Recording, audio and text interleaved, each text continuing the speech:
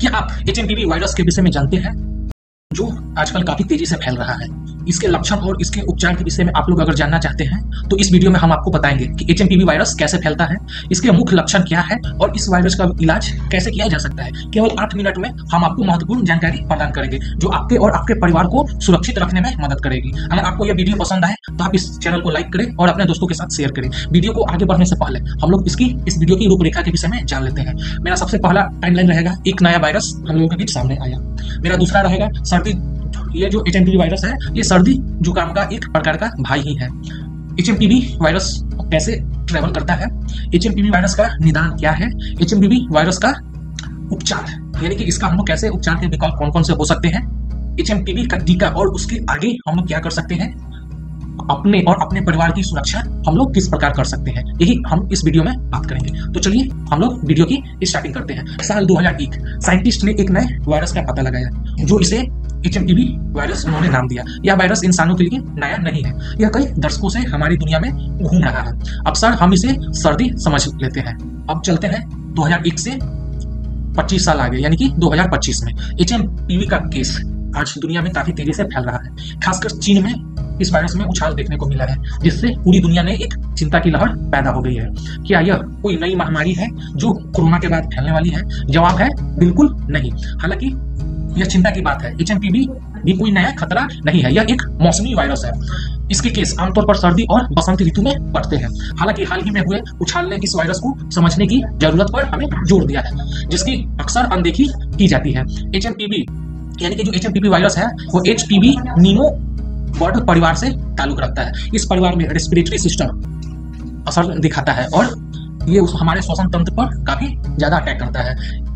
RSV की तरह HMPV मुख्य रूप से छोटे बच्चे, बुजुर्गों और कमजोर इम्यूनिटी वाले लोगों को यह वायरस प्रभावित करते हैं। यह समूह गंभीर जटिलताओं के प्रति सबसे ज्यादा संवेदनशील है। एचएमपीवी वायरस और उसका जो फैमिली वायरस है वो रेस्पिरेटरी सिस्टम के लिए मुख्य रूप से जिम्मेवार है। एचएमपीवी के मामले में हालिया दिनों में उछाल आया है जो हमें कोरोना की एक कड़वी याद दिला रहा है। हम एक ऐसी दुनिया में रहते हैं जो संक्रमण बीमारियों के प्रति ज्यादा संवेदनशीलता होती जा रही है। एचएमपीवी इसके लक्षण यानी कि अब हम लोग एचएमपीवी वायरस के लक्षण, संचरण और रोकथाम को हम लोग समझना बहुत जरूरी हो गया। यह जानकारी हमें खुद को और अपने प्रियजनों को बचाने का अधिकार देती है। एचएमपीवी वायरस को अक्सर सर्दी जुकाम समझ लिया जाता है।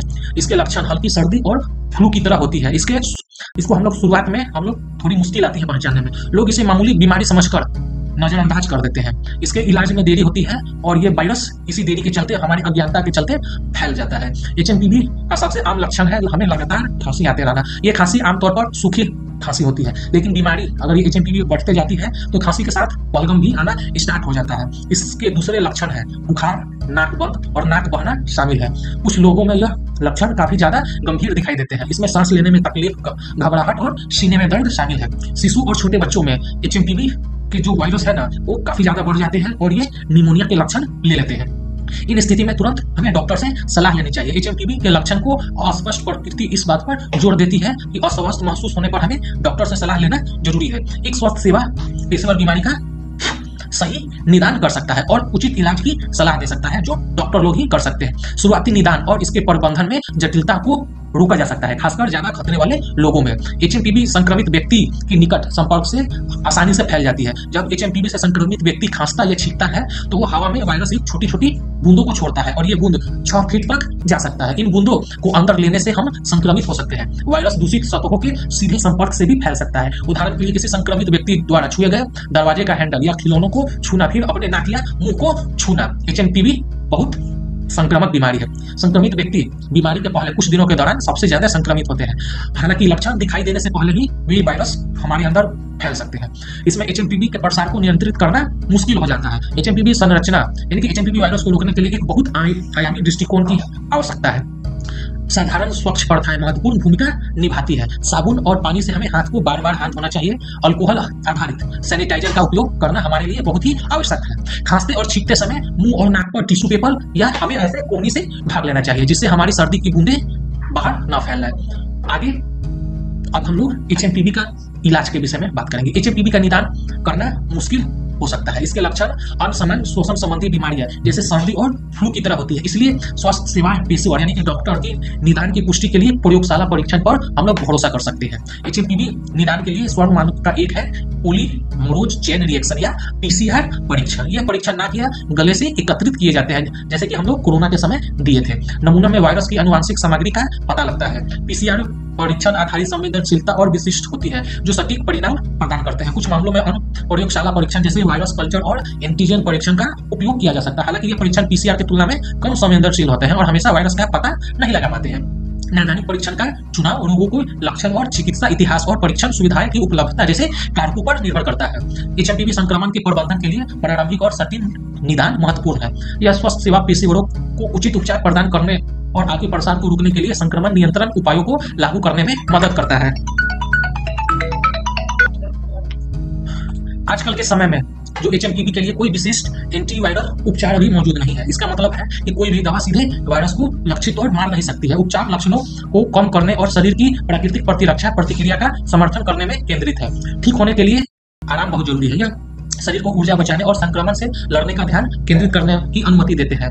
खूब सारे हमें तरल पदार्थ पीकर हाइड्रेट रहने की आवश्यकता है। तरल पदार्थ बलगम को ढीला करने और हमें डिहाइड्रेशन को रोकने में मदद करते हैं, जो लक्षण को और खराब कर सकते हैं। दर्द निवारक और बुखार कम करने वाली दवाइयां जैसे ओवर द काउंटर दवाइयां परेशानी को कम करने में मदद कर सकती है। नाक बंद करने की दवा से बंद नाक से राहत मिल सकता है। हालांकि बच्चों को कोई भी दवा देने से पहले डॉक्टर से परामर्श करना महत्वपूर्ण है। गंभीर मामलों में अस्पताल में भर्ती होना आवश्यक हो सकता है। अस्पताल में भर्ती मरीजों को सांस लेने में सहायता के लिए ऑक्सीजन थेरेपी और डिहाइड्रेशन को रोकने के लिए अंतर यानी कि हमें पानी चढ़ाने की आवश्यकता हो सकती है। जानलेवा स्थिति में हमें वेंटिलाइजेशन पर भी रखा जा सकता है। इलाज की तलाश के और आगे हम लोग इसका इलाज वैज्ञानिक और कहां तक इसके इलाज पर पहुंचे हैं, अब हम इसके विषय में बात करेंगे। वर्तमान में एचएमपीवी संक्रमण को रोकने के लिए कोई टीका उपलब्ध नहीं है। हालांकि वैज्ञानिक समुदाय संभावित टीकों पर सक्रिय रूप से शोध और विकास कर रहे हैं। आरएसवी वैक्सीन के विकास में हालिया सफलताओं ने एचएमपीवी वैक्सीन के लिए आशा की एक नई किरण उजागर की है। एक प्रभावी एचएमपीवी वैक्सीन के विकास में तेजी लाने के लिए वैज्ञानिक आरएसवी अनुसंधान से प्राप्त ज्ञान और तकनीकों का लाभ उठा रहे हैं। चल रहे शोध वायरस की संरचना, अनुवांशिक बनावट और यह प्रतिरक्षा प्रणाली के साथ कैसे इंटरेक्ट करता है, यह समझने पर हमें केंद्रित करना चाहिए। यह ज्ञान उन टीकों को डिजाइन करने के लिए महत्वपूर्ण है जो प्रभावी ढंग से एक सुरक्षात्मक प्रतिरक्षा प्रतिक्रिया को ट्रिगर कर सके। एचएमपीवी टीकों की सुरक्षा और प्रभाविकता का मूल्यांकन करने के लिए हमें नैदानिक परीक्षण अभी वैज्ञानिक लोग कर रहे हैं। इस परीक्षण में मानव इंद्रियों में टीकों का परीक्षण शामिल है ताकि संक्रमण को रोकने या बीमारी की गंभीरता को कम करने की उनकी क्षमता का आकलन किया जा सके। अब हम लोग लास्ट में बात करेंगे। अब हम लोग एचएमपीवी वायरस का एक आशा का किरण नजर आया है। खुद को और दूसरों की रक्षा करना एचएमपीवी के लिए एक विशिष्ट एंटीवायरस उपचार या टीकों का अभाव कठिन लग सकता है। आशा है वायरस को समझकर और निवारक उपायों को अपनाकर हम संक्रमण को अपने जोखिम को कम कर सकते हैं और सबसे कमजोर लोगों की रक्षा हम लोग खुद कर सकते हैं। साधारण हमें स्वच्छता प्रथाओं को हम लोग अपनाएंगे, हमारे बचाव की यही पहली पंक्ति होगी। नियमित रूप से हाथ धोना, खांसते और छींकते समय मुंह को ढकना या बीमार व्यक्ति के निकट जाने के संपर्क से बचना, ये कुछ जो पौराणिक जो काफी हमारी तरह प्रथाएं चलती आ रही है, ये उनमें शामिल है। संचरण को काफी कम हद तक ये कम कर सकता है। एचएमपीवी सीजन के दौरान ये प्रथाएं विशेष रूप से महत्वपूर्ण है। बीमार होने पर घर पर रहना, हल्के लक्षण होने पर ही दूसरे को वायरस की फैलने से रोकने के लिए महत्वपूर्ण है। यह उन व्यक्तियों के लिए विशेष रूप से महत्वपूर्ण है जो कुछ जोखिम वाले आबादी के साथ काम करते हैं, रहते हैं या बातचीत करते हैं, जैसे स्वास्थ्य सेवा कार्यकर्ता और शिशुओं और बुजुर्गों के निकट संपर्क में रहने वाले एक प्रभावी एजेंट है।